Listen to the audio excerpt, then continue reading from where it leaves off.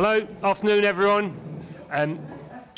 I'm just going to start by opening this meeting as the Chief Executive of the Authority, as it's our AGM. And I'm going to go through the apologies, and then we're going to go to the election of the new chair, who will then take over for the rest of this meeting. So we have had two apologies from James Bereford and Chris O'Leary. Are there any other apologies? Thank you. And Ruth Swetnam. So they're the apologies we've received. It's good to see everyone else here. I'm sure there's a few sleepy people in the room. I'm included in that. So thank you very much for adjusting to the Friday afternoon fixture and for being here for this very important meeting that we have today. And we are going to start with an election of our own. This is for the chair of the authority, and we've had one expression of interest from Ken Smith. Can I ask if there's any other nominations?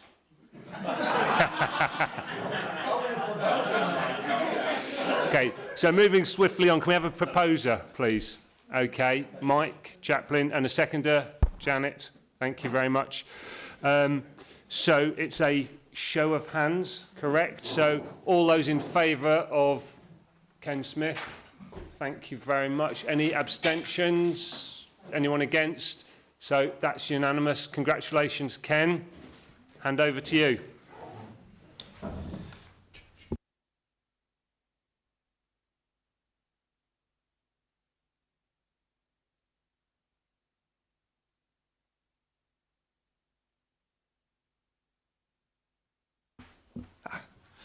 Thank you very much, members. As ever, it's a privilege, and I hope that your perceived confidence won't be misplaced. It's probably the most positive thing I can say. And thanks to Phil for opening the proceedings for our AGM today, the 5th of July.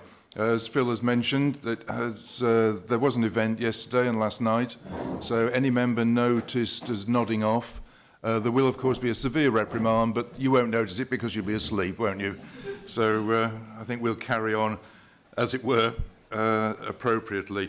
The next item on the agenda is the election of the deputy chair.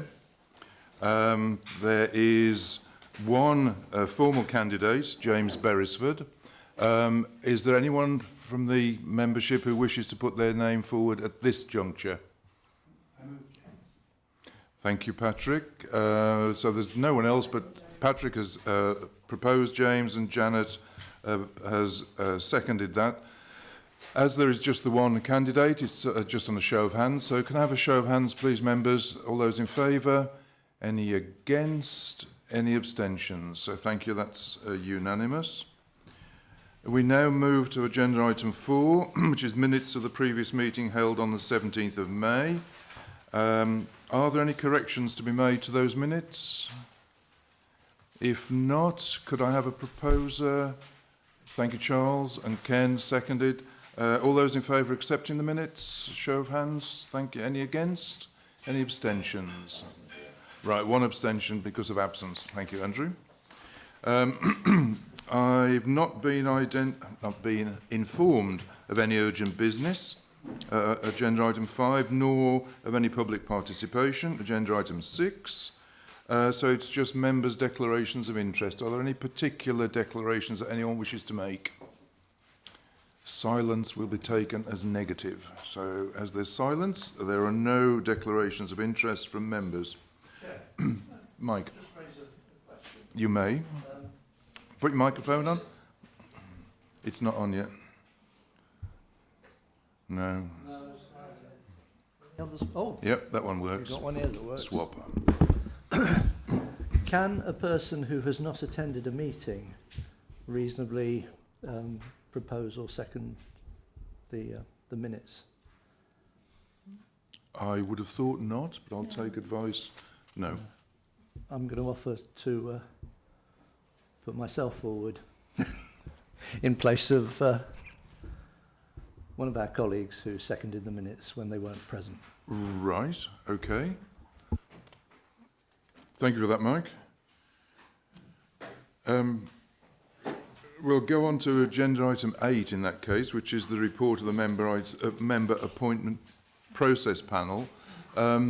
Yvonne, you were willing to make a few comments on the process and the product, I believe. Okay, thank you, Chair. Yeah. So there's a committee that meets for this panel, and it's a normal procedure prior to the AGM for the panel to convene a meeting. So following the submission of expression of interest from members, we convened a meeting on the 18th of June, and this meeting was attended by 3 members, which included myself, Councillor Woods and Councillor Richardson, and the other members gave their apologies that they couldn't attend. So we had the submission of interest, expression of interest sent to Root. Root compiled those expression of interest and draft a report, which was discussed at the meeting.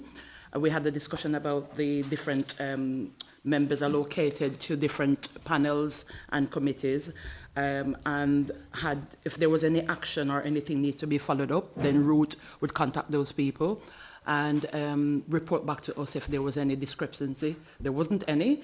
Following that, Root confirmed all the details and produced the report that we've got in front of us today. So it was a straightforward procedure, and we thank Root for compiling the report. Okay.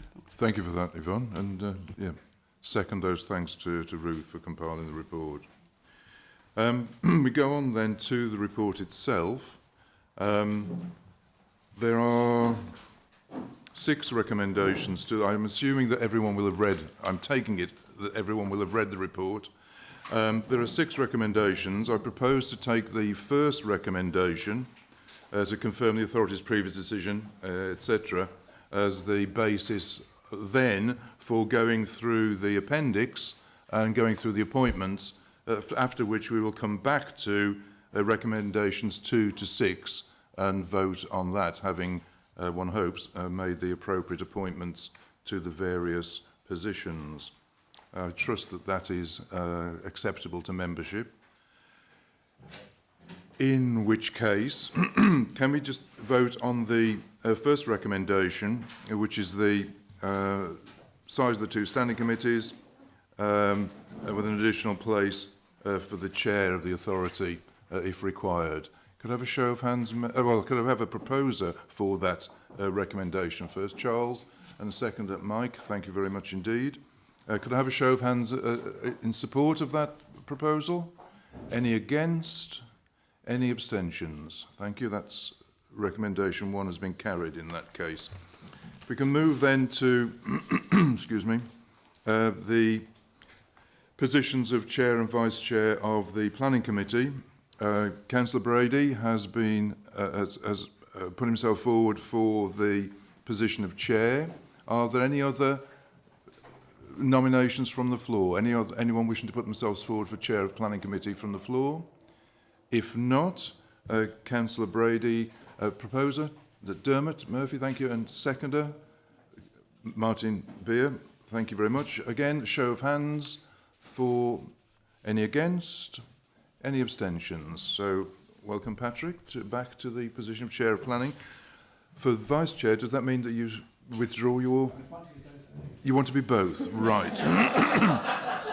I'm just trying to get my head around the concept of a cloned Patrick, but I think I don't want to go there, with all due respect. So, ribaldry apart, I presume you're withdrawing your nomination, for the position of vice chair, which leaves Ginny Priestley as candidate, excuse me, for vice chair. Anyone else wishing to put their name forward at this juncture? We have to ask. As in the absence of anyone else in that case, Patrick has proposed and Dermot has seconded. All those in favour? Any against? Any abstentions? Thank you, members. We move on to programme and resources, exactly the same process. Janet Dugdale has put herself forward as chair of P&R. Is there anyone else wishing at this juncture to put themselves forward? If not, could I have a proposer for Janet? Charles and Andrew is seconding. Thank you very much. All those in favour? Any against? Any abstentions? That's unanimous again. And then for Vice Chair, Councillor Charles Greaves has put himself forward. Anyone else wishing to put themselves forward at this juncture? In which case, a proposer for Charles, Janet, and seconder, Andrew again. Thank you. All those in favour? This is always funny voting for oneself, Charles. Any against? Yes. Any against? Any abstentions? So, Charles, you're confirmed as Vice Chair of P&R. We move on to appointment of committees and steering groups. Now, there is a coincidence in the number of Secretary of State members and the number of people who have put themselves forward for those positions. So I'm proposing to take those as a block first, in the absence of any need for individual voting.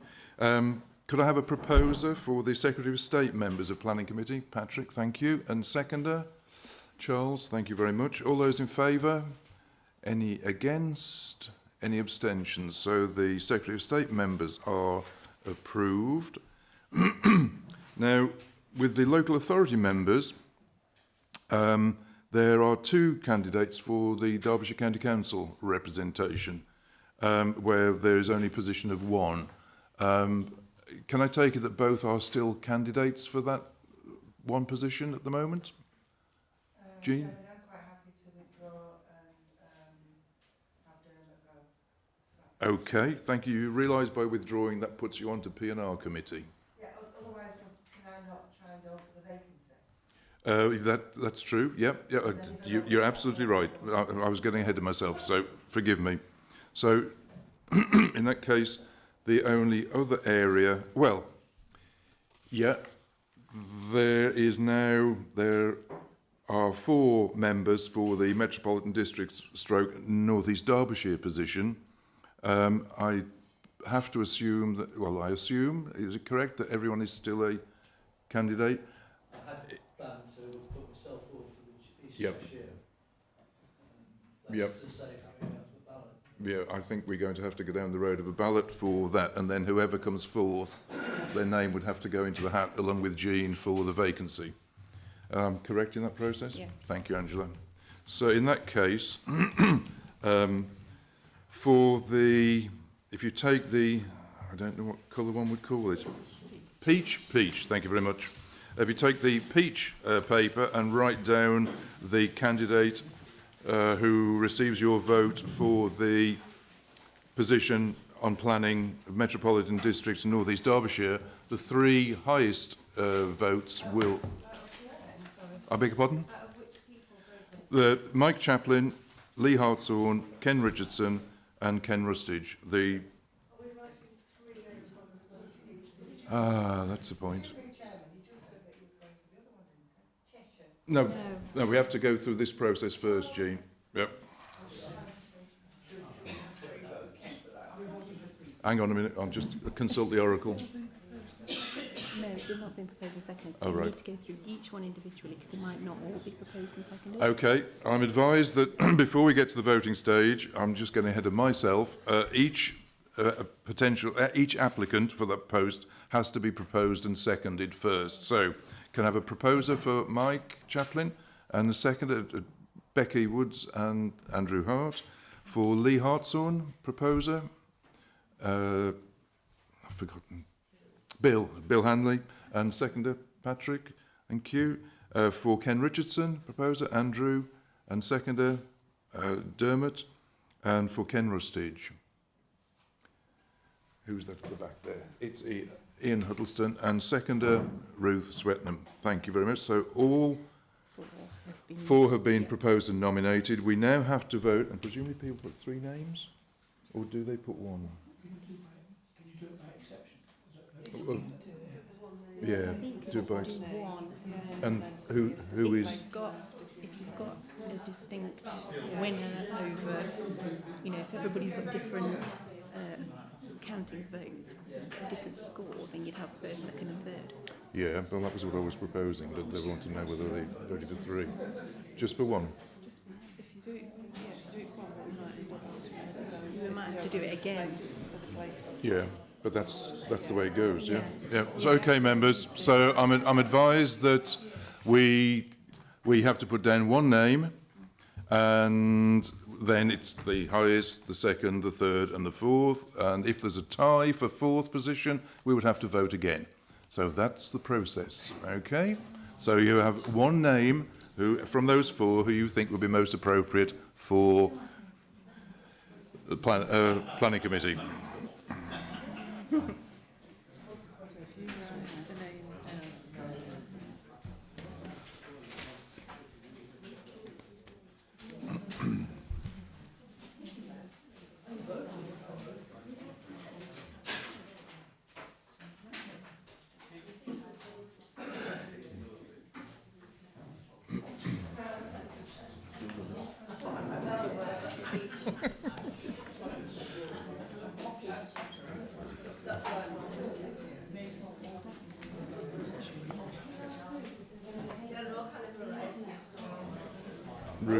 Ruth, Charlotte says the internet's down, so are there any papers?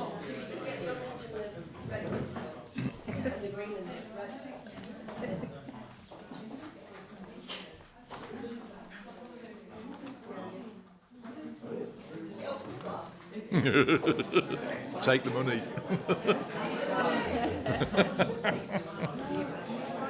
Sarah?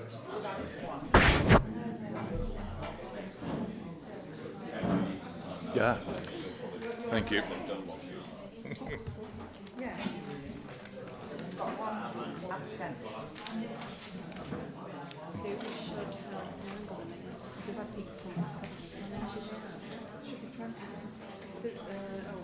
Because somebody came back, Ruth came back, didn't she? So we should Andrew?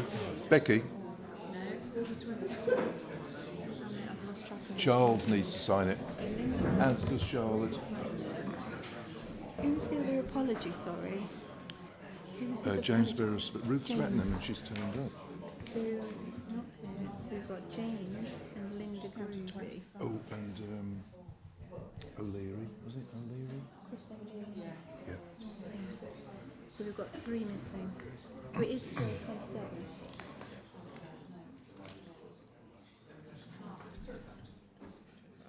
Yeah.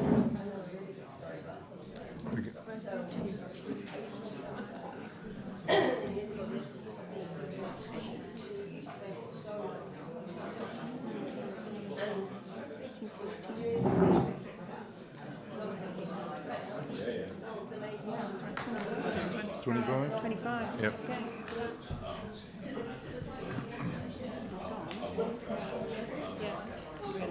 Okay.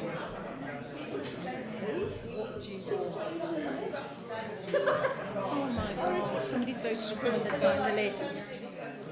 Somebody's voted for Jean Warmby. Can we have spoiled papers? But we just have to take it, it's a spoiled paper.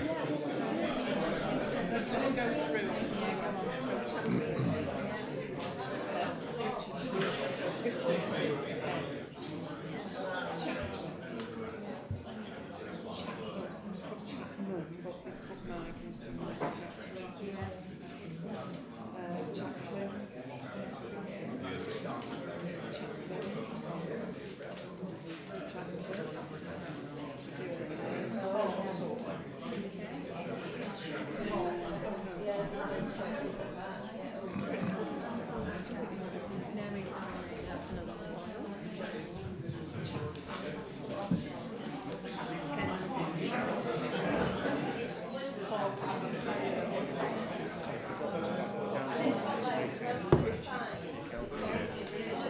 Well, in previous years, they've read out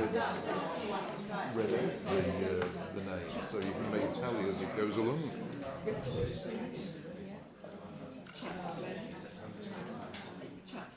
Which always struck me as being ridiculous.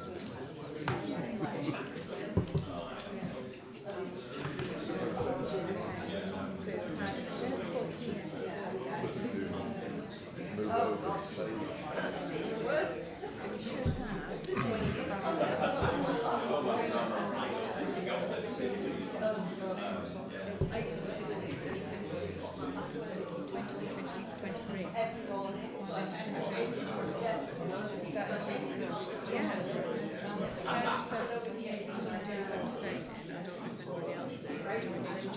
Can we confirm who's abstained or how many abstentions there are? Because we're two people missing.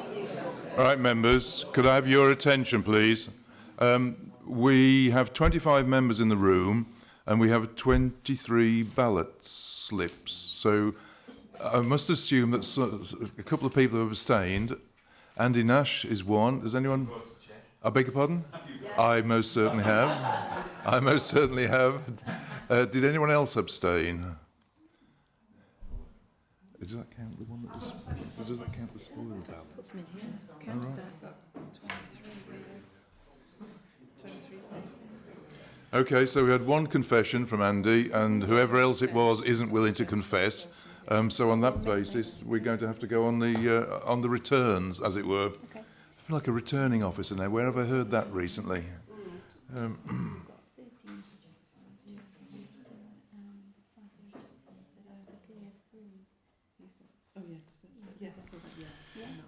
Right. So we can confirm. So we've got. Yep.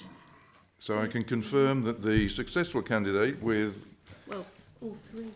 the three candidates are Mike Chaplin, Lee Hartshorn and Ken Richardson. So I'm sorry, Ken, the other Ken, but not on this occasion, but don't let that put you off.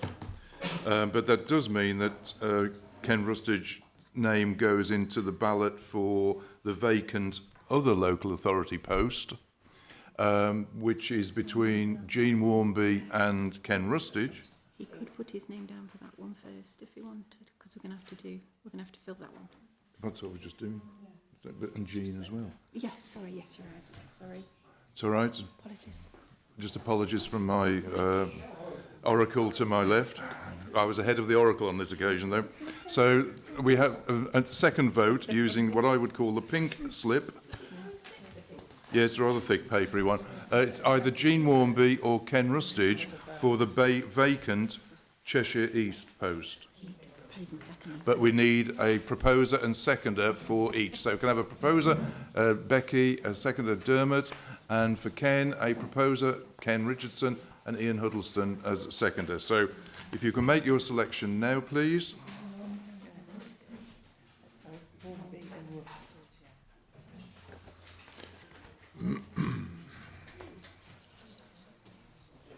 No one said this was going to be a fast process, okay?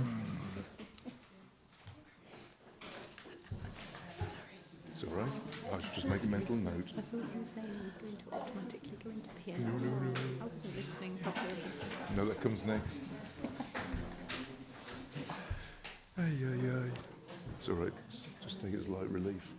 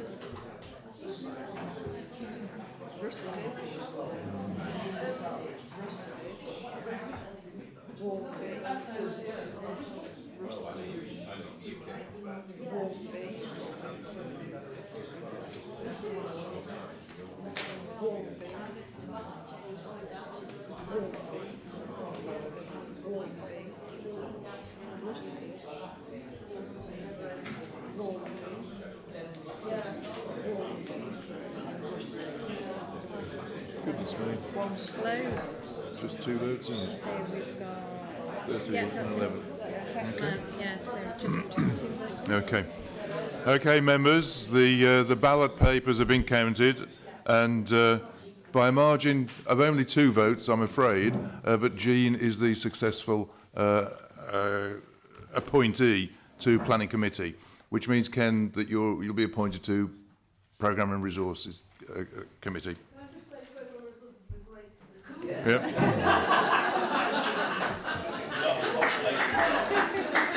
Absolutely not. It's the people that make it. Yep. But then she would say that, wouldn't she? Okay, members, thank you very much for that process. And we move on to the membership of Programme and Resources Committee. As a result... I don't think we've done these 3. Oh, beg your pardon.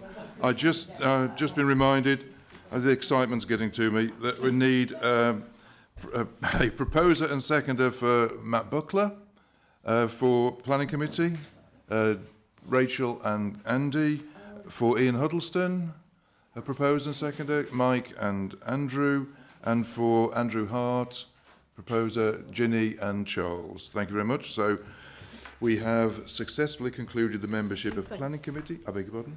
Oh, we've got a vote for it. Yes. All those in favour of all those? Yep. Any against? I'm losing the will to live. Any abstentions? No? Right. Let's move on to Programme and Resources Committee. It's obviously getting too heated in here. We no longer have the single vacancy on Programme and Resources because Ken Rustage is appointed to that position. And the vacancy with the Secretary of State members remains because we're awaiting the appointment of a new Secretary of State member following the resignation of Annabel Harling from the authority. So I propose to take as there is an equal number of candidates for the positions that are available, I propose to take it en bloc. So can I have a proposer for the block? Charles, thank you. And Martin seconded that. So all those in favour? Any against? Any abstentions? Thank you, members. That's Programme and Resources Committee membership resolved. We move on now to Local Joint Committee, which, as members may well remember, only meets when all other processes in the organisation have failed. It's the committee of last resort, as it were. There are 2 vacancies for local authority members. So if anyone, Dermot, you would like to put your name forward? Yep, thank you. And is there a second local? Ginny, thank you very much. Ginny, you're a second. Oh, you're proposing. I beg your pardon. I was about to say, hang on. You're a Secretary of State appointee. We'll get to the proposals and nominations in a minute. Don't confuse me. Right. Is there any other local authority member who would like to put their name forward for a committee that realistically doesn't very often meet? Jean, thank you very much. That's Jean Warmby. So we have a full complement of local authority members and Secretary of State members for Local Joint. So I shall take them en bloc. So can I have a proposer, please? Ruth, and seconder, Andrew Hart. Thank you very much. All those in favour? Any against? Any abstentions? Wonderful. Thank you, members. We move on to the appeals panel, where we have... for local authority members, we have 3 vacancies. I don't know that the appeals panel meets very often. In fact, no. It probably hasn't met for quite a long time. So again, it's not an onerous position, but are any local authority members? Andrew Hart, thank you very much. Anyone else wish to put their name? Dermot, brave fellow.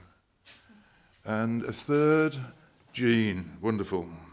That's Jean Warmby. So the 5 local authority members now are Mike Chaplin, Andrew Gregory, Andrew Hart, Dermot Murphy and Jean Warmby. What? Sorry, we just realised there's a mistake here. We've got Andrew. Oh, Andrew is in as a local authority. Sorry. You're in the wrong column, Andrew. Sorry. I'll talk. We can discuss that later. So, Want another local authority. yes, so we need another local authority member if anyone's willing to put their head into that particular noose. It's a very soft rope. If not, Charlotte, thank you very much, Charlotte. Right, so that just gives us an added complication. We now have 1, 2, 3, 4, 5, 6 Secretary of State members who've indicated their willingness to. Can I take it that those 6 are remain? You may indeed. We can come to that shortly. Thank you, Janet. Right, you are. That's 1 down. Andrew Gregory is also going to step down. Valiant man. So that leaves us with 4 names: Martin Beer, James Beresford, Patrick Brady and Ruth Swetnam as the 4 Secretary of State members filling the 4 posts. So on that basis, I propose to take it en bloc. So can I, Charles and Becky, thank you very much. And all those in favour? Any against? Any abstentions? 1 abstention. Thank you, members.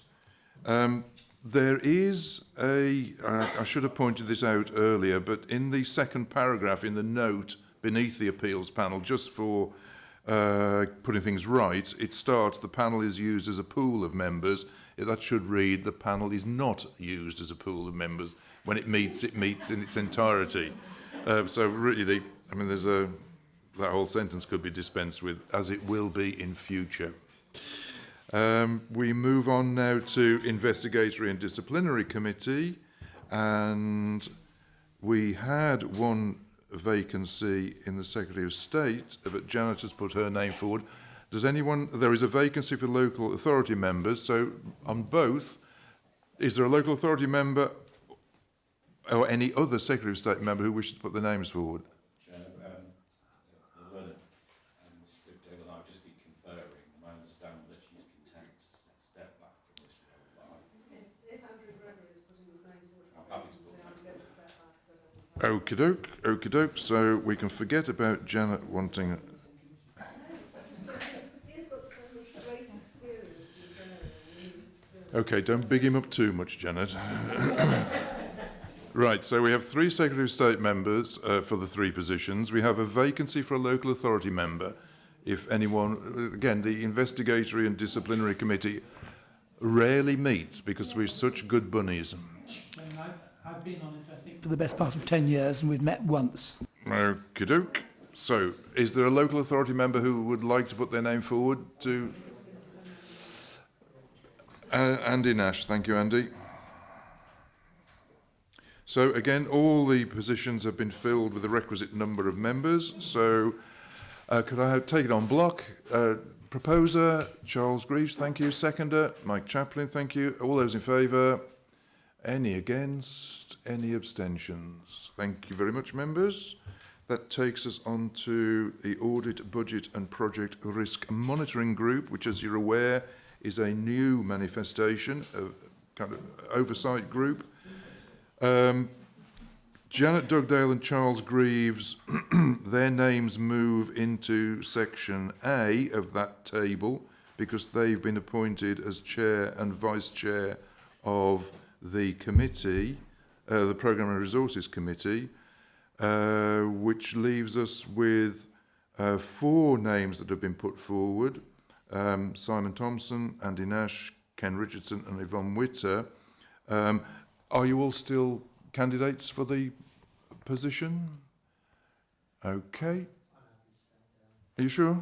Okay, well, thank you, Andy, for falling on that particular sword, which makes my life that much easier, and yours, of course, generally. So we now have 3 names: Simon Thompson, Ken Richardson and Yvonne Witter, along with Janet Dugdale and Charles Greaves. So I take that en bloc. So could I have a proposer? Ginny, thank you. Seconder, Ruth. All those in favour? Any against? Any abstentions? Thank you, members. Which moves us on to the due diligence panel. We have 1 name for the member representative, James Beresford. Does anyone else wish to put their name forward for that position? If not, we have a vacancy for the deputy post. Does anyone wish to put their name forward? Okay, thank you, Janet. In that case, if no one else wants to come forward, we have the James as the member and Janet as the deputy for the due diligence panel. I'll take it en bloc again, although there's only two. Proposer, please. Mike Chaplin, and seconder Charles Greaves. Thank you. All those in favour? Any against? Any abstentions? Thank you again, members. The Governance Review Working Group, we have a vacancy for local authority member. There's 4 positions, but only 3 names have been put forward. Does any local authority member wish to put their name forward for that position? Speak now or forever. I'll take that as a no, so we'll run with that vacancy. In that case, can we just have proposers for Charles Greaves, Ken Richardson and Becky Woods? Andy Nash, thank you. Seconder. I don't know whether you can second for yourself on this occasion, Charles. But it'll take Andrew Gregory. I do beg your pardon, Andrew. We have proposer and seconder for the local authority members. Just show of hands in favour, please. Any against? Any abstentions? Thank you. That's the local authority members sorted. We have 4 Secretary of State member positions and we have 5 candidates at the moment. I'm assuming everyone remains a serious candidate? In that case, we're going to have to go for a ballot on the basis... Should we propose and second everybody? Oh, yes. We have to... Individually? Yes. Oh, right. So I'm going to have to go through and propose and second each individual person. So, proposer for Martin Beer. Andrew Gregory, a seconder. Ginny Priestley. James Beresford. Ruth Swetnam, seconder. Janet Dugdale, thank you. Patrick Brady, is the proposer. Janet, seconder. Dermot. Jane Dugdale, a proposer. Ginny, and seconder. Charles, thank you. Oh, and me. Charles, that's very kind of you as a proposer. Anyone willing to second? Janet, thank you very much. So our names go into the hat. On the same basis as usually, I'm going to call it lilac. One name, and they get totted up as they come here. One name, just you voting for one name, and then they will be totted up as we've done previously. And on previous experience, we expect to have at least one spoiled paper and someone voting for someone who isn't on the nomination list.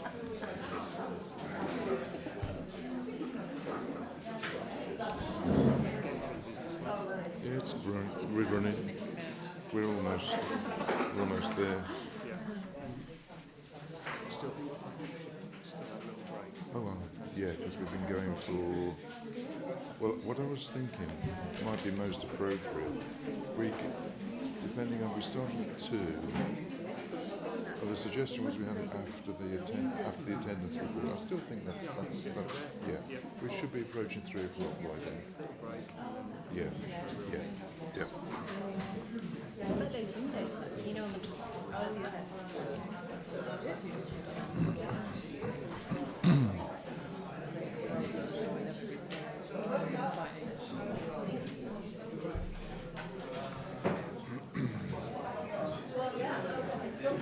One would hope wish that there was a more efficient way of doing it, but it helps having done it once before, to be honest. Coming to it completely cold last year was a nightmare, but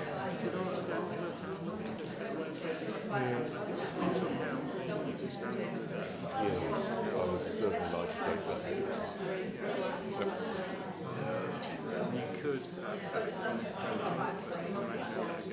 from there are ways of doing that, like slide over. Yeah, but if there was some way of doing it through... Everyone would need to have that. I just think for us it's too much. Yeah. Not be able to handle it. True. Well, given that we've had On the two votes we've had so far, we've had 3 spoiled ballot papers. And 1 was voted for somebody who wasn't on the nomination list.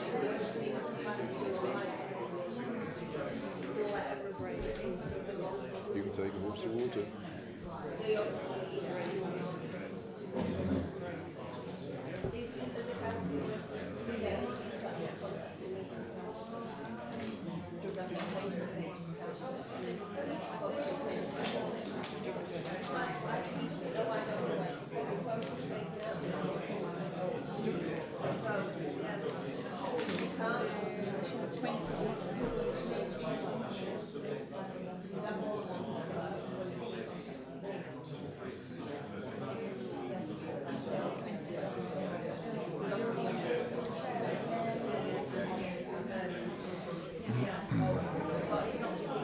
Those 4. Okay. And they've all been proposed and seconded, so it's just a matter of voting. Yes, yeah, just a vote. Okay.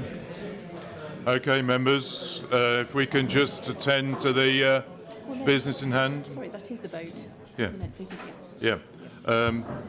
On the basis of the ballot papers submitted, the successful candidates are Messrs Beresford, Brady, Dugdale and Smith. So, commiserations, Martin, on this occasion. Okay, so that's the Governance Review Working Group sorted. Local Plan Review Member Steering Group. There is 1 vacancy on this group, and it's not confined to either specifically a local authority member or a Secretary of State member. Is anyone wishing to put their name forward to fill that vacancy? It's a fun-packed meeting. I don't put myself forward, but aren't there 2 vacancies? Because Patrick Brady is chair of planning committee, so he'll fulfil section A. He's also on the list, as you are. Yeah, but it still comes to 8, all told. It's 9 members altogether. With, if you take Patrick and myself out, that leaves 6 names. So we'll run, that's okay, we'll run with the names that have been put forward. Do you have to do it individually, proposed and seconded? No. No, we'll take it en bloc. So could I have a proposer? Charles, thank you. Janet as a seconder. All those in favour? Any against? Any abstentions? Thank you, members. That's the Local Plan Review Steering Group sorted. Member Appointments Process Panel. You're in the wrong category again. There's something about you, Andrew, that... Yeah. It's the trouble with changing horses in midstream, you see. So, contrary to what the... That's by the by. Contrary to what the report says, there is a vacancy for a local authority member and no vacancy amongst the Secretary of State members because Andrew Gregory has moved across, as quite rightly, to a Secretary of State status. So is there a local authority member who wishes to serve on the appointments process panel and enjoy the fun as described by Yvonne at the start of this process? I can see everyone's... Ken Rustich, thank you very much, Ken. So we have a full complement. Can I have a proposer? Patrick, thank you. Seconder, Janet, thank you. All those in favour? Thank you. Any against? Any abstentions? Nope. Right, the final furlong is in sight. We're on to D now, which is the appointment to outside bodies. We're going to have to take these individually, I'm afraid, members. Where there is a call for a member and 1 or more deputies, the proposal is that those elected should sort out amongst themselves who is the member rep and who is the deputy. We're not going to do it from this position, but you would need to let Ruth know by the end of Friday of next week quite what the running order is. Okay, so as long as that's clear, the decision will be amongst those responsible people who will be occupying those positions. So, we have a vacancy for the campaign for national parks. Matt Buckler and Janet Dugdale have put themselves forward. There's a vacancy. Does anyone wish to occupy that vacancy? Rachel? Yeah, as a deputy. Right, well, that's sorted one. Okay, so Rachel is putting a name forward on condition that she is a deputy rather than a member. So we have three names then. I'm going to take them en bloc. Proposer, please. Charles, Yvonne, a seconder. Thank you very much. All those in favour? Any against? Any abstentions? Thank you. So you guys can sort yourselves out. East Midlands Council has one member and one deputy. James Beresford is currently the sole name being put forward. Anyone wish to occupy the single vacancy? Nope, that's fine. In which case, can I have a proposer for James, Charles, and a seconder? Janet, thank you. And all those in favour? Any against? Any abstentions? Thank you. Europark, we have... Anyone else wish to occupy that particular position? In which case, could we have thank you, Charles, proposer, seconder, Ruth, all those in favour of Rachel occupying Europark? Any abstentions, or rather any against, any abstentions? Fine, thank you. Derbyshire Archaeological Advisory Committee, there's just one name been put forward, that's me, but don't let that stop you. Anyone else interested? Going. Any proposer then, please? Mike Chaplin and seconder, Jenny, thank you very much.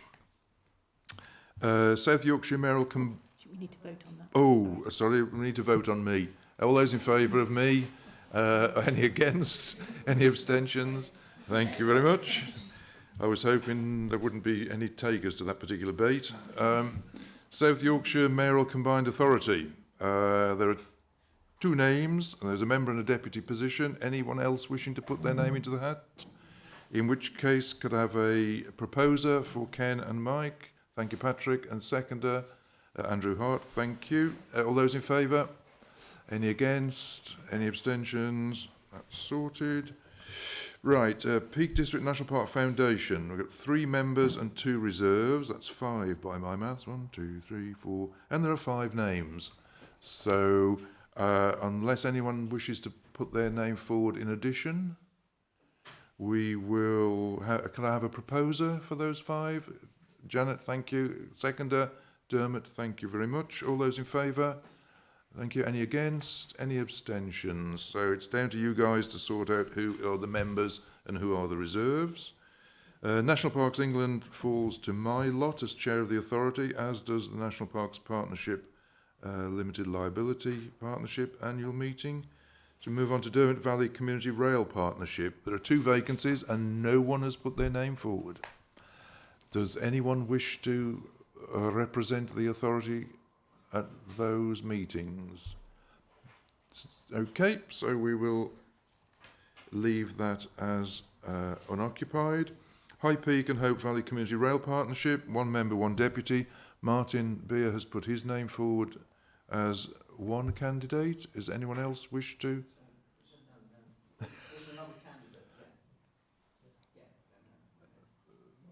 Right.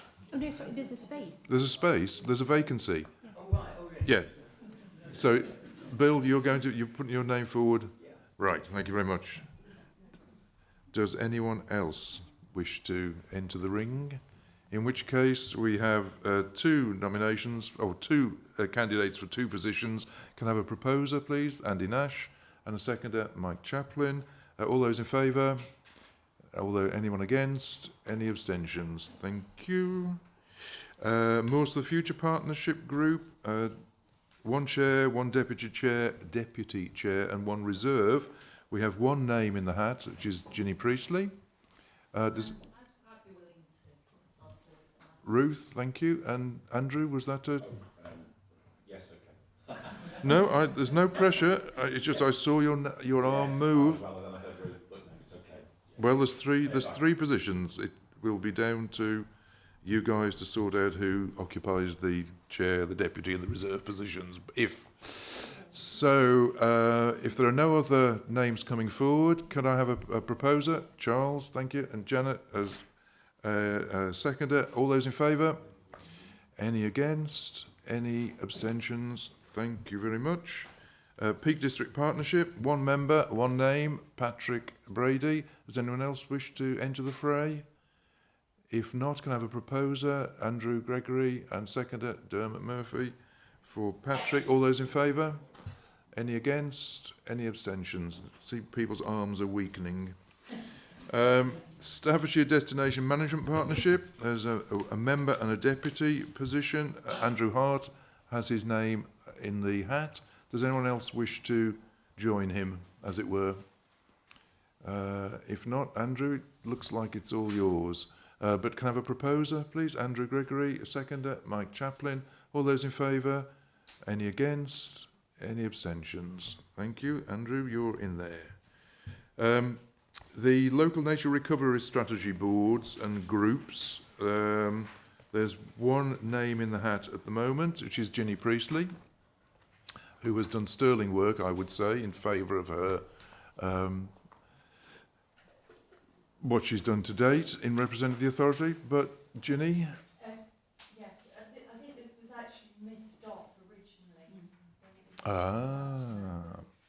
So, if any members wanting to stand for this position, I would stand aside. Okay, so there you are. There's an invitation for someone to put their head into that particular noose. Does anyone wish to put their name forward and take over from Ginny? Looks like you're on a losing battle there, Ginny. Nice try, though. Can I have a proposer for Ginny in that position? Dermot, thank you. And the seconder, Jean, thank you very much. All those in favour?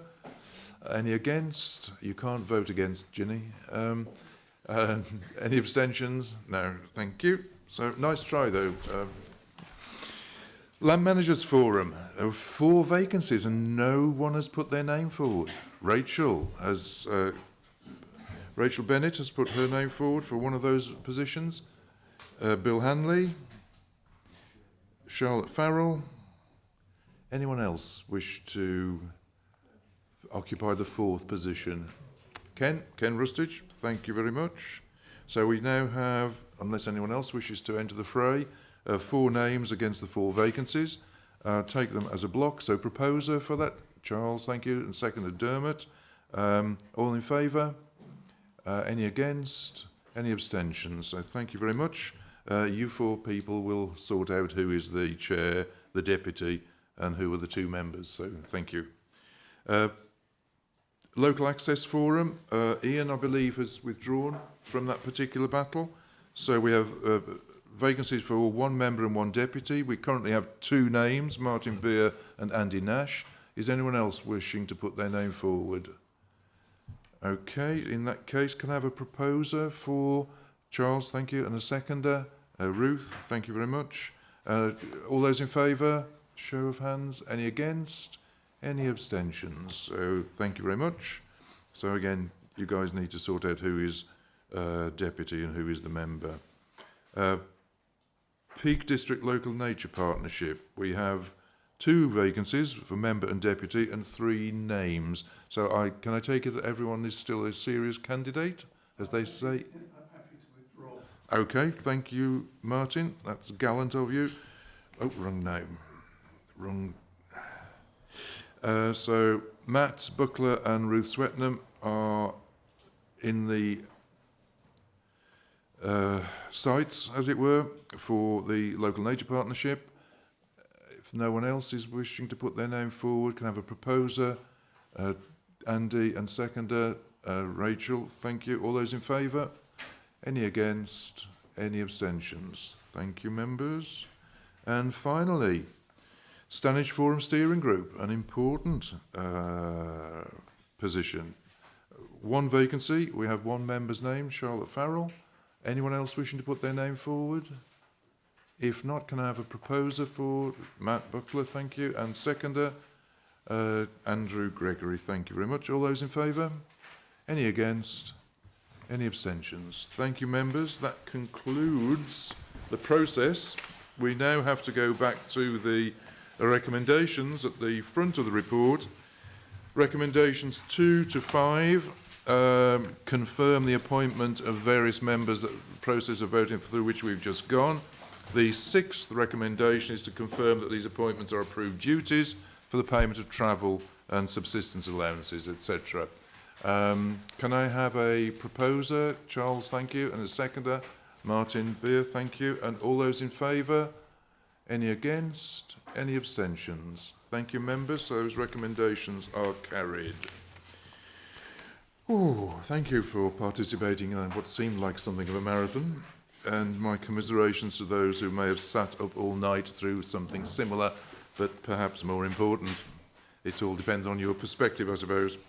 I propose that we just move on to agenda item 10, the annual attendance report. Oh, sorry, the calendar of meetings, item 9, and then 10, and then we'll have a short break before the final parts of this agenda.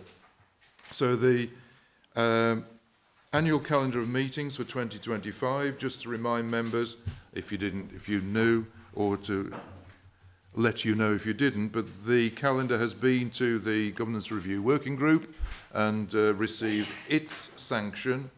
And just for members to note that the proposal is that, Jill, the proposal is that there will only be one authority meeting in July of 2025. At the moment, we have 2, this AGM, and then there's another authority meeting at the end of this month. And what we're looking to do is to combine those 2 for efficiency and efficacy and so on. And at less cost to the authority because they only pay expenses for 1 meeting instead of 2. But that was a minor consideration, of course. So on the basis of that, I'm assuming that the calendar of meetings that you've read it and absorbed it. Any comments that anyone wishes to make?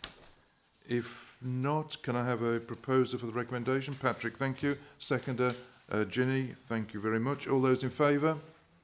Any against? Any abstentions? Thank you, members. So that recommendation is carried. And we will now move on to item 10, the member annual attendance report. Just to note, I think congratulations, members, that you have passed the target of 75%, albeit by only 1%, but it's the 1% that matters. And of course, that is partly, the relative small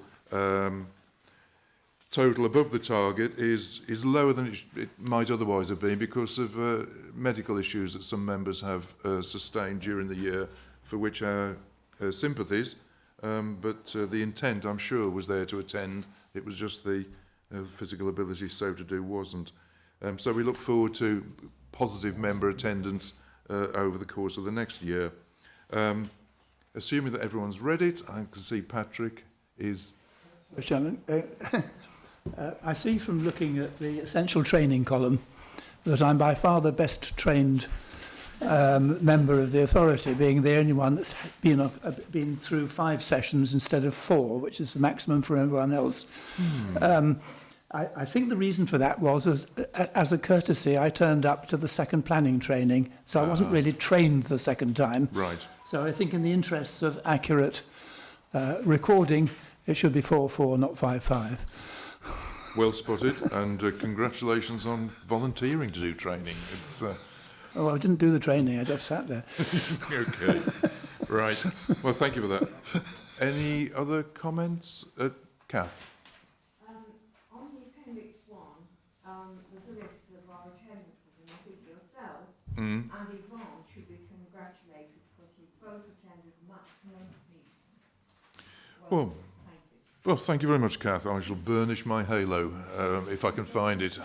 And I'm sure Yvonne is equally grateful. Yeah, from my perspective, felt it kind of went with the position. But there we go. Okay, members. So if there are no further comments, there is a recommendation to note the annual return. Can I have a proposer, please? Charles, thank you. And seconder, Mike, thank you very much. All those in favour? Any against? Any abstentions? Thank you, members. That recommendation is carried. It's just after 3 o'clock. I propose that we adjourn for, it will be 13 minutes, reconvene at 15:15 for the remainder of the agenda. All those in favour of a yes? Seconder, yes? All okay. It's been a long meeting, it seems, already. Okay, class dismissed temporarily.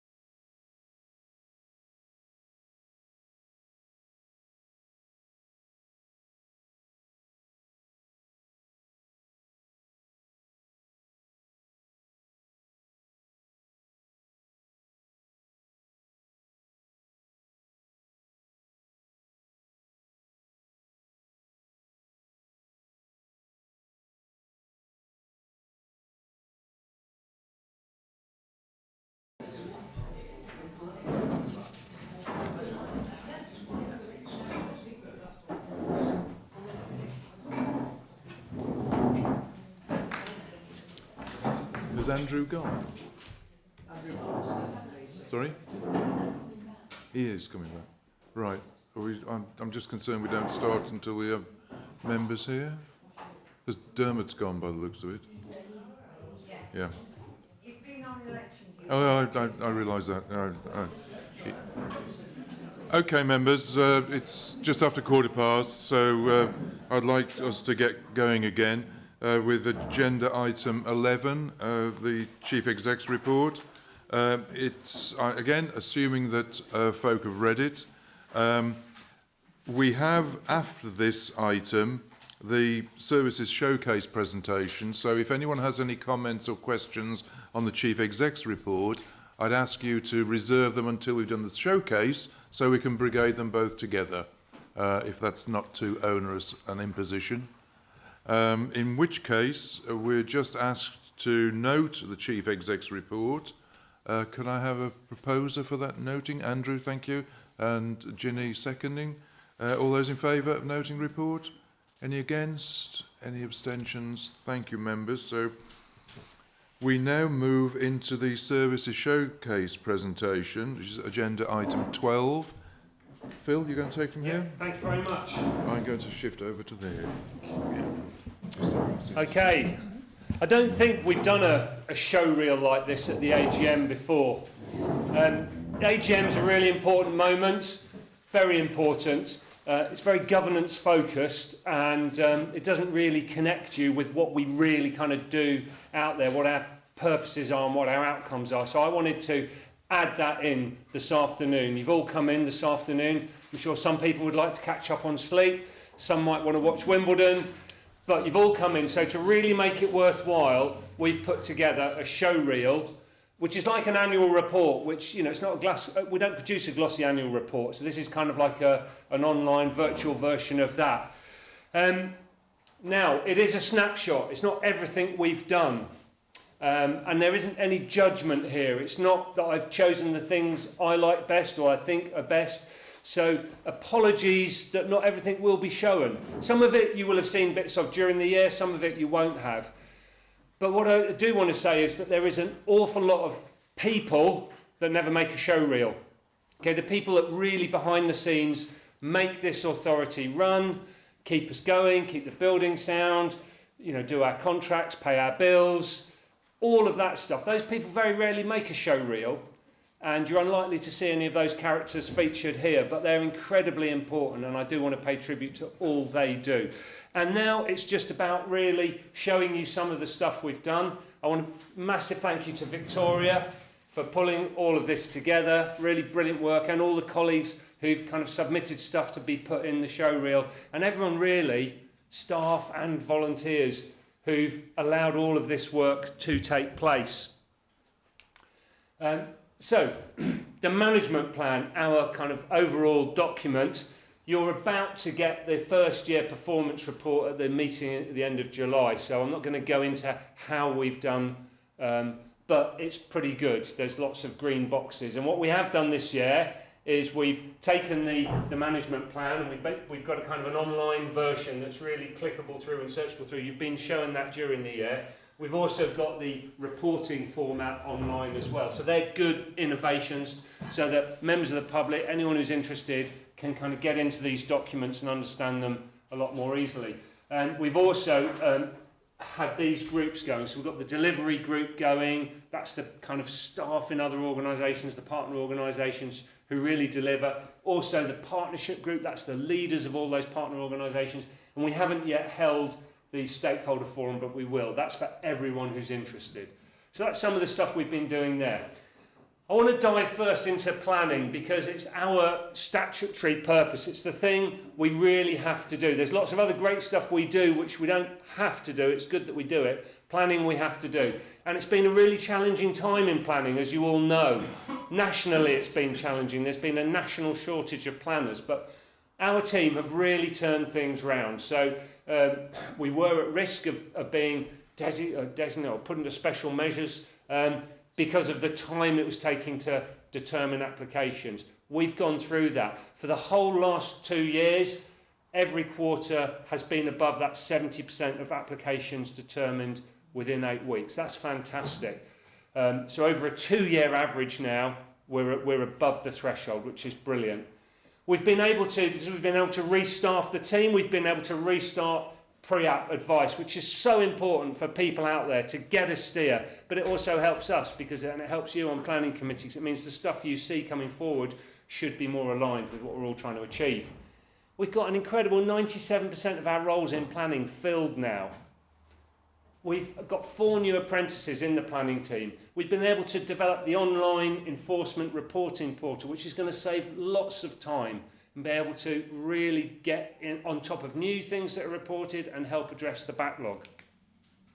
On enforcement, we've had a couple of high-profile cases that have gone really well this year. So we went into Cresbrook Dale to remove unauthorised development. There was a TP, some hard standing for a car park, and that is all now, returning back to a natural state, and we have still got some steps to remove there as part of that unauthorised development. But the team have done incredibly well. There was a lot of PR and comms and engagement with this. It wasn't just a standard go in and remove stuff that shouldn't have been there. So the team did incredibly well.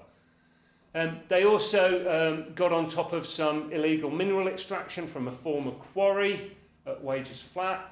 And we are dealing with the backlog in our listed buildings enforcement cases. So these never time expire. Okay, other planning breaches time expire, so these don't. So we've brought in a specialist role to help with that, and we're getting on top of that. So that's really fantastic achievement there. Our community planners have been working really hard, as lots of you know, on the local plan, and the progress is going really well on that. We're getting to the stage of being able to present our options and issues and put those out for consultation. That's fantastic work. And also we're influencing the local plans of our neighbours. So in Sheffield recently, Sheffield want to develop 30,000 new homes in Sheffield. Lots of those people will come into the park and access the national park. So we've been working with them on how we can mitigate that impact. And that's been a really positive step working with Sheffield there. You know quite a lot about some of these, the affordable housing, but what's been really good this year is to see this joint working group with Derbyshire Dales be set up. To be honest, I was a little sceptical at the beginning of that because I thought, we've got actually quite different positions, but what I've seen is it's been a very useful group. And I think there is a kind of more of a coordination going on there, a better understanding, and this pipeline of hopefully sites and affordable housing that could be delivered. So it's been really good to see that. We went a couple of weeks ago to the Bradwell Springs development, so many of the members on the annual tour saw that.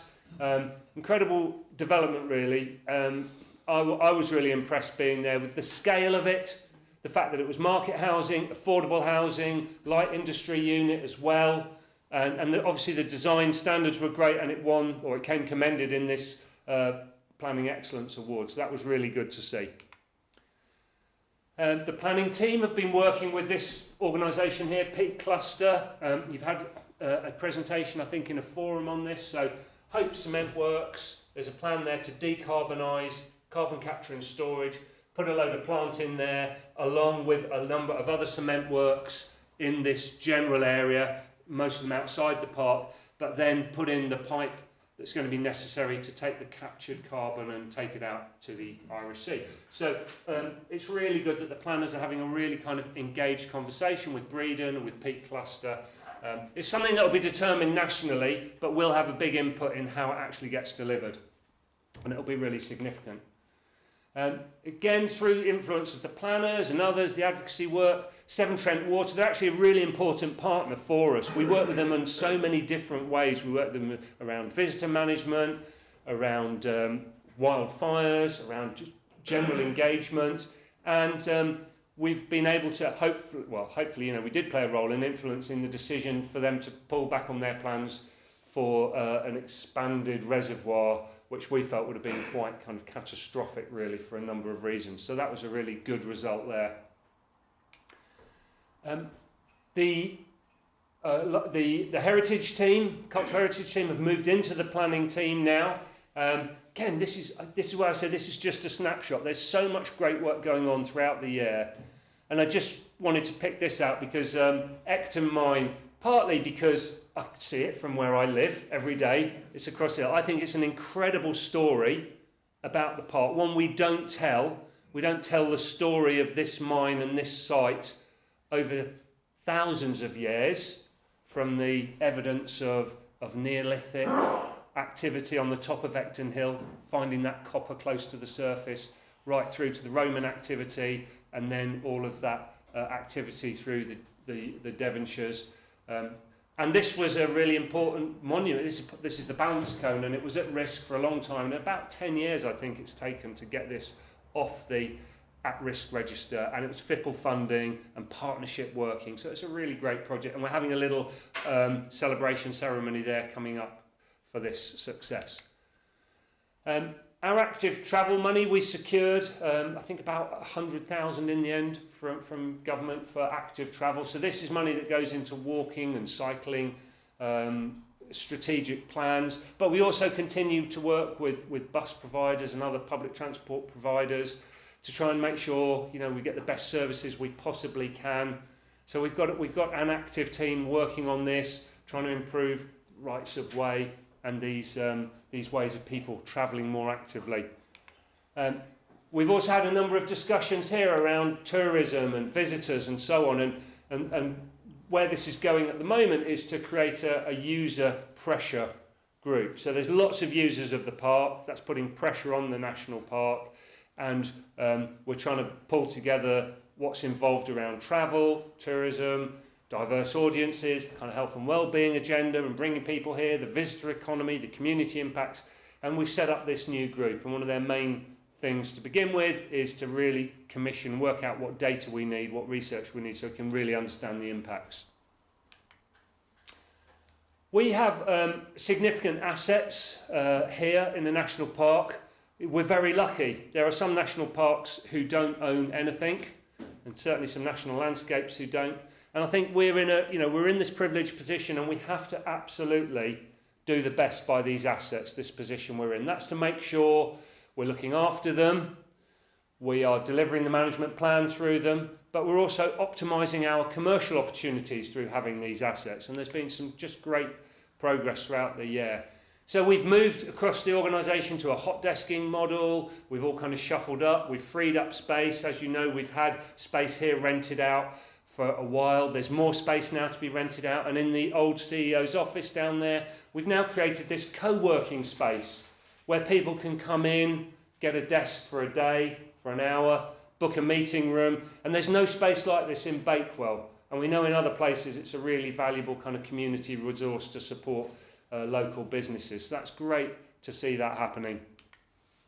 Pump Farm, those of you who were members with us a year ago when we went on the member tour, we went to Pump Farm and we looked around Pump Farm. Well, I was there yesterday, and the work's pretty much complete. It's been done with local contractors. It's been done with a drive for renewable energy. Parish Council are incredibly happy with it. And what it is it's going to allow us to showcase conservation-focused farming. It's in an accessible location. We've got land, we've got buildings, we've got a great opportunity to demonstrate, live our values and inspire other people. So it's really encouraging what's happening there. Hannah's at the back of the room, but Hannah's team have done an amazing job there. The agricultural buildings have now just been removed at the back of the farm, and new buildings will go on in time to then get a tenant in with stock. So that's progressing really well. Changing places, it's really important that we provide places for everyone to be able to come and access and use the park. And if you have any additional needs, the provision of a changing place is really important. Great to see that going in at Millersdale, access funding used for that. We're also making car parking improvements, so we're introducing more pay and display, but also electric charging points, and we are on the verge of creating our own in-house enforcement team so that we can hopefully generate some extra revenue to support the authorities' work. Cresbrook Bridge is an interesting one. It's been closed off for a number of years, I believe, months, if not years. And it's a really important was a really important local right of way. It's not actually an asset that we own, but we've stepped up, we've stepped forward, we've worked with the foundation, we've done a brilliant crowdfunding campaign with the FIPL money, with the authority's own money. We've got a design in place now, and we're going to be able to reopen or put a new bridge in and reconnect that part of the park. The visitor centres and cycle hire review has been going on for most of this year. We're currently looking at what the consultants' planning solutions are saying, but the foundation have been able to bring in this incredible donation, which has allowed us to keep operating over the next few years while we take time to work out what a long-term sustainable model is for cycle hire and visitor centres. And very shortly, you know, our plans or our ideas will be brought to members. You've heard throughout the year at various points about FIPL, Farming and Protected Landscape. It really is regarded by colleagues, you know, up and down the country as probably the best agricultural transition programme that's been delivered by government. And it's we've got the largest FIPL programme here of any protected landscape. We just recently hosted a national gathering of the DEFRA FIPL colleagues and colleagues from protected landscapes around the country, but you can just get a sense here of the scale of what we've been able to achieve. You know, flood reduction, pond creation, threatened species, hedgerows, new permissive bridleways and paths, heritage features like the balanced cone to mine, actual 630 farms supported, farm clusters supported, lots of volunteering around that, and it's allowed us to have this team of farm advisors and FIPL advisors really embedded with the communities in the park. So it's been a really brilliant programme. Just some of the things, the hay meadow restoration that's gone on. This is helping us improve the condition of some of our SSSIs. Some of the kind of farm-based tree planting you can see around borders of walls and hedgerows and in-field planting. This is helping us with carbon, but also with biodiversity. You've seen many FIPL projects, so I'm just picking out a few here. Doctor's Gate, some of you will know that used to be called the Bog of Doom. It was absolutely terrible, and it's taken a long time to get there, but that's a really great access improvement. Creeping up on pond creatures. So FIPL has allowed a number of farm visits to happen. A significant number of children have gone on farm visits now to discover nature, find out more about farming. Really important work that farmers are now getting paid a small amount to deliver, either to deliver the infrastructure that's necessary for the visits or for the visits themselves. Moors for the Future. You can have a whole presentation on Moors for the Future. I've only got one slide, but really impressive programme there. Nearly 4 million of capital works. That's over 33 sites this year. They've had a team of over 30 staff, hundreds of volunteers, and it's really about restoration. You know, it's about helicopters, big stuff, but it's also about scientific research, and it's about community engagement and education, and not just of the public, which is really important. But yesterday I was with the FIPL team as part of the Protected Landscapes Conference, and we hosted colleagues from all over Protected Landscapes to come and see what moors have been able to do, and people are blown away at the scale of what we're doing, the professionalism, the ability to transform these habitats. A very important piece of work we've been delivering this year is our Peak District Nature Recovery Plan. So for the government to deliver its environmental improvement plan and 30 by 30 commitments, it's pushed out a system whereby each county has a local nature recovery strategy. We've got 6 counties.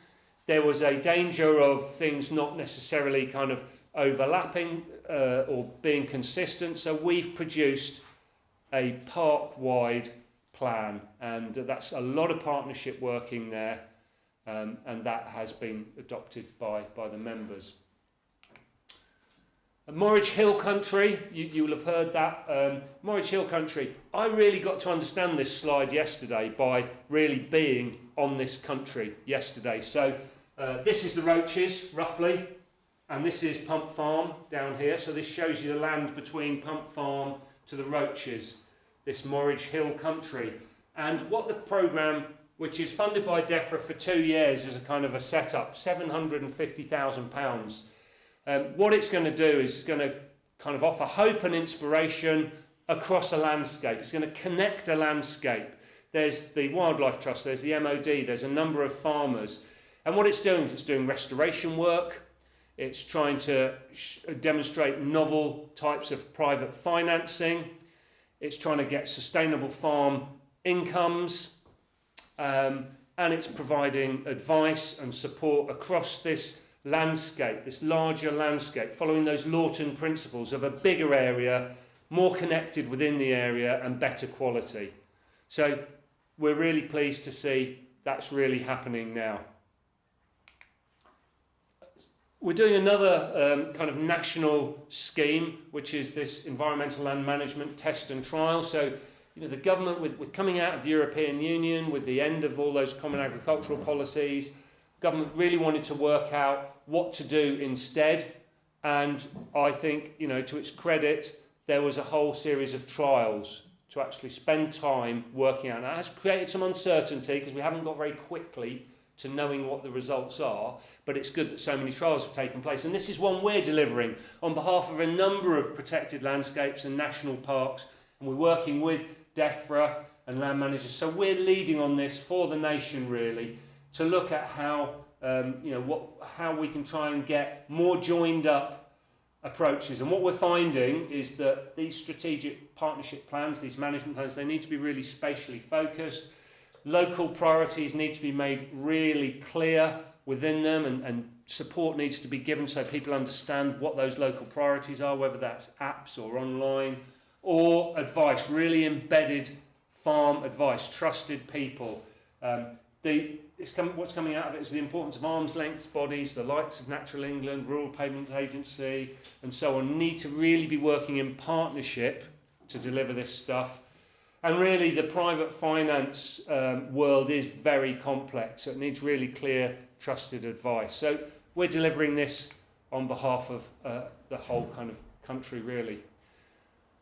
The Council of Europe Award, we've held since 1966 a diploma from the Council of Europe for protected landscapes. We were the first place in England and Britain to get this. We're still one of only 3 in England to have this.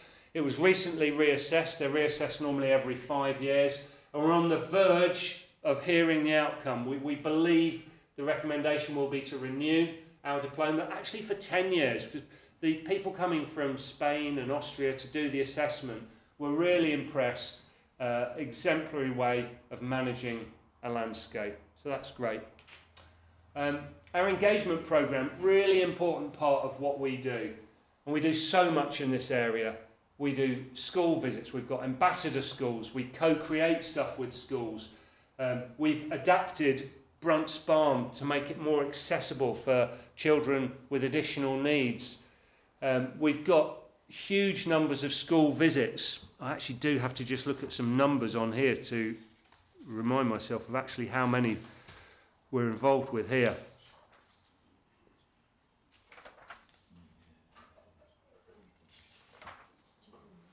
Yep. So through PPCV, through our engagement rangers, they've had nearly 7,000 children up to A level come on school visits, getting that incredibly enriching educational experience.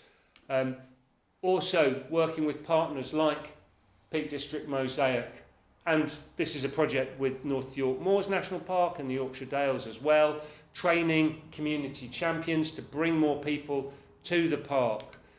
Our guided walks programme, we've delivered 56 different walks, but that's actually over 1,200 people coming on these walks. And often these people are isolated or have ill health or mental health issues. It's not just like someone going for a walk in the park, which most of us can do most of the time. This might be the only time someone is able to access the park and gain all of those benefits.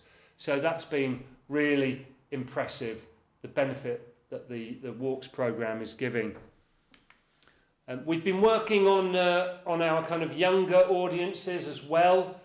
We have these green pathways, everything from ambassador schools through to junior rangers to green leaders here. These are kind of 18 to 25-year-olds who volunteer, learn conservation skills, learn kind of leadership skills. And we're working on the youth voice that I've spoken to you before about capturing the voices and the perspectives of young people so that those voices and opinions can inform what you decide as members. So that work's underway as well. PPCV, everything's brilliant about it, apart from the name, in my opinion, because I'm always picking people up for not saying Peak Park, and we've got Peak Park conservation volunteers, so that needs to be looked at. But absolutely brilliant what they do. They've worked with over 2,000 volunteers this last year, okay, and 45% of those volunteers have come from our target audiences as well, and they do incredible work, much of which just wouldn't get done otherwise. I put this slide up here really not just because of certain people in the room who are from that organisation, but it just gives an example of the way in which we're increasingly trying to work in partnership with really important organisations. We had a day where over 50 of us from the Wildlife Trust and from the authority came together, shared experiences, understandings, built relationships, and we're doing this with other organisations as well. And this day was just one day across a year of greater kind of engagement with a really important local partner for us, the Wildlife Trust.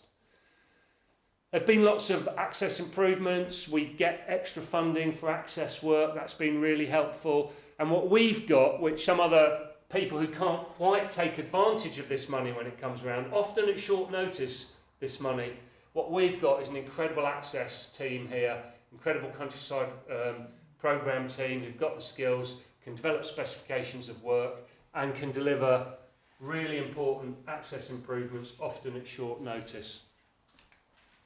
It's not just the physical improvements, they're often also producing kind of online guidance, videos, familiarisation videos and so on. We coordinate the fire operations group. That's really important. We know how devastating wildfires can be. We know how at risk we are. We've already had a wildfire this year after the wettest winter ever recorded. So the risks are real. And actually up on the Roaches yesterday, we just saw that 2018 fire that went over the top of the Roaches and devastated areas, undid years of work and has now required years more work just to get back. So we coordinate a number of partners, emergency services, land managers, moorland managers, National Trust, RSPB and so on. And people were out on site recently using the kit, training the deployment. You know, they brought a whole mobile command centre, so it was kind of real life deployment under sort of simulated emergency conditions. And it then also led to a whole load of really useful communications. There was lots of media around the messaging. I was actually seeing yesterday the Moors for the Future videos that they're producing, really targeting kind of young local people in those videos who look like people who live around here, who wear the kind of clothes people around here wear, not 200 quid jackets and boots. And these videos are about to go out, just reiterating that important fire prevention message. We have had 2 wildfire engagement officers hired this year, so that's been great to see. That's funded by United Utilities. So this was a great training exercise and a good example of partnership working. I'll just put up here some of the kind of internal processes. As I say, the kind of people you've seen there, they're the kind of people generally who are out and about. There's loads of people here in this building and other buildings and elsewhere who do so much to keep us running. So the work we've done on pay this year, why have we got 97% of our planning roles filled now? When I don't know what it was before, but it would have been 60 or 70% of the roles, because we've done a lot of work on our pay. We've also brought in iPlicit, a new finance system. That sort of thing fills me with dread, but I know how valuable it is and important it is, and it's been a great improvement. People now can see budgets and performance in real time, and we're allocating finance partners to different parts of the organisation. So really good behind the scenes improvement there. Digitisation, we've got basements full of paper records that go back decades. So one, no one can really access those. Two, if this place went up, they would be lost and gone forever. So this 18-month digitisation project's really important. It's going to make those records accessible to everyone, it's going to take a risk away, and it's going to free up more space for us. We've done work on our incentives to help better recruitment and retention, and that seems to be successful. And staff volunteering this year, we've set everyone an objective to, as part of their job, do a day volunteering on one of our volunteering projects. And we've seen staff getting out and about, and the idea is they'll spend a day doing something with a colleague from another part of the organisation who they might not see very often. And so that's motivating, it's delivering good work, and it's been really well received so far. So that's just some of the kind of stuff there's lots more. I haven't put up, the work that's gone on the governance and so many other things, but that's all happening. The IT developments we've had. The training academy, I'm coming to the end now. You can look forward to Wimbledon very shortly.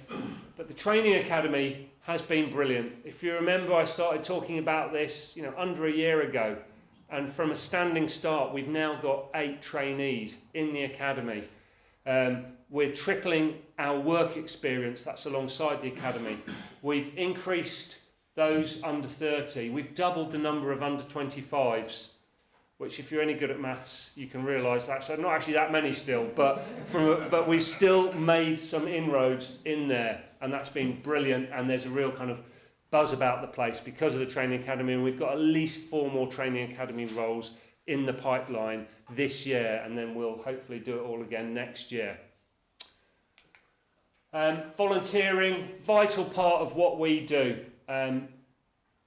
53,000 hours of volunteering completed, 95 hours average, but that's 3 weeks of work volunteering on average. That just shows you that we've got many, many volunteers giving us an awful lot of time, and they're doing incredible stuff. We've also developed a volunteering plan this year, and the roles are not just kind of out and about and in the field and you need a bobble hat and a jacket and everything. We've got volunteers in the building here helping us, got people doing all sorts of roles, and we had a great day at Lady Manners School where we opened that up for all of the volunteers to come. This is one of the workshops that took place there.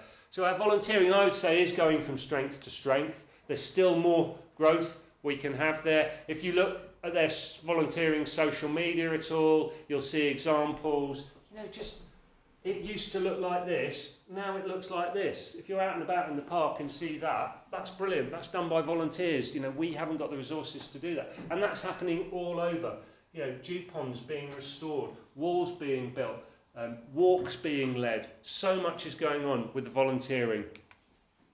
And just finally, really, it's been notable this year to go and do the road shows. And since I got here, I've started the MP newsletter. But the road shows have gone down well with people who've come to them. They've certainly been an opportunity for people to let me know how they feel, which is always good to hear. And I genuinely think they are helpful, not only because what we hear, but it's also a chance for us to say, maybe counter some myths that are out there and explain some things. So they're going to carry on. The next round of roadshows are carrying on. We've got a whole load of new MPs now to start engaging as well. And we've got the ongoing events that we attend as well. So we're trying to get a bit more out there and say just what I've said to you over the last 20 minutes, all that great stuff.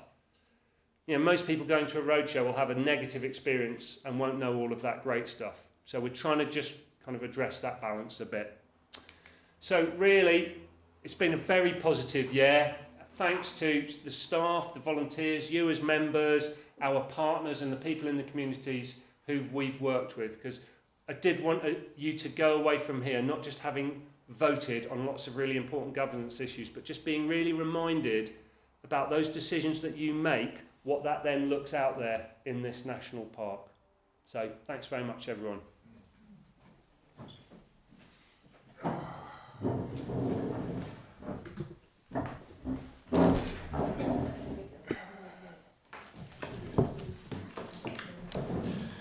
Thanks, Phil. That's really, I mean, for something that is an abbreviated, a summary of what goes on and a summary of only some of the things that go on, it's a really salutary presentation, reminding us the breadth, the depth, the extent to which works reach, and the range of communities of place and interest and the rest of it. So thanks ever so much for that. Now, members, on the back of Ken. Not on the back of Ken, but Ken. First off, I'd like to thank you for being the biggest screen. I managed to read most of that. We aim to please, it's just sometimes the aim is lousy. Yeah. I've got a couple of questions. Mm. You mentioned affordable housing. Well, the housing needs survey causes a lot of consolation on planning because it's only a snapshot. There's no future built in. A bloke turns up with a kid and he can have so much of a house. He can't have 2 kids. It's not big enough. And the other question, and I'm sure, the room downstairs, is there any plans to open it up to local groups for meetings? Yeah, certainly we do make rooms here available for booking for local groups. We house the local business forum here, have meetings kind of after work. And a whole point about this is that people can just come in and book meetings now. So very much yes. On the housing one, I can't really answer that, I don't think, because I'm not an expert. But I will happily get an answer back to you, Ken. Well, personal design is not expert either. I think it's a really good question about how do you expand it. Just the housing needs survey, one of the questions in the issue solutions paper is about whether we should change the process and have to pursue the need in some villages. So it won't solve the problem, but at least it will speed the process up in the future if we adopt that. Okay. And also, just, I do think you've picked out something like this screen here. This doesn't get here, by accident. That's one of those behind-the-scenes functions that have allowed us to provide a better service for members. Andrew Gregory. Sadly, I've got to go at 4 o'clock because I've got to go back to work. Yes, no Wimbledon for me this afternoon, Ken. I just want to say, on behalf of myself and members, how incredibly impressed I was by that presentation. And Phil, a lot of this is down to you, sir. You have made such a significant change to this authority, certainly since you've joined us. I've been here now, getting on for 5 years, and I'm sitting here listening to this thinking, this is an absolute breath of fresh air. This is what this authority needs. And I'm so proud to be part of this authority, listening to how you speak and what you've done so far. And I just want to say this on behalf of all members because it needs to be said. Because actually, sometimes, you know what? Actually, the person at the top doesn't always get the thanks, the recognition, because it can, as I know this myself from my previous career, it can be often a lonely place. So well done, Phil. Thank you. Mm. We'd like to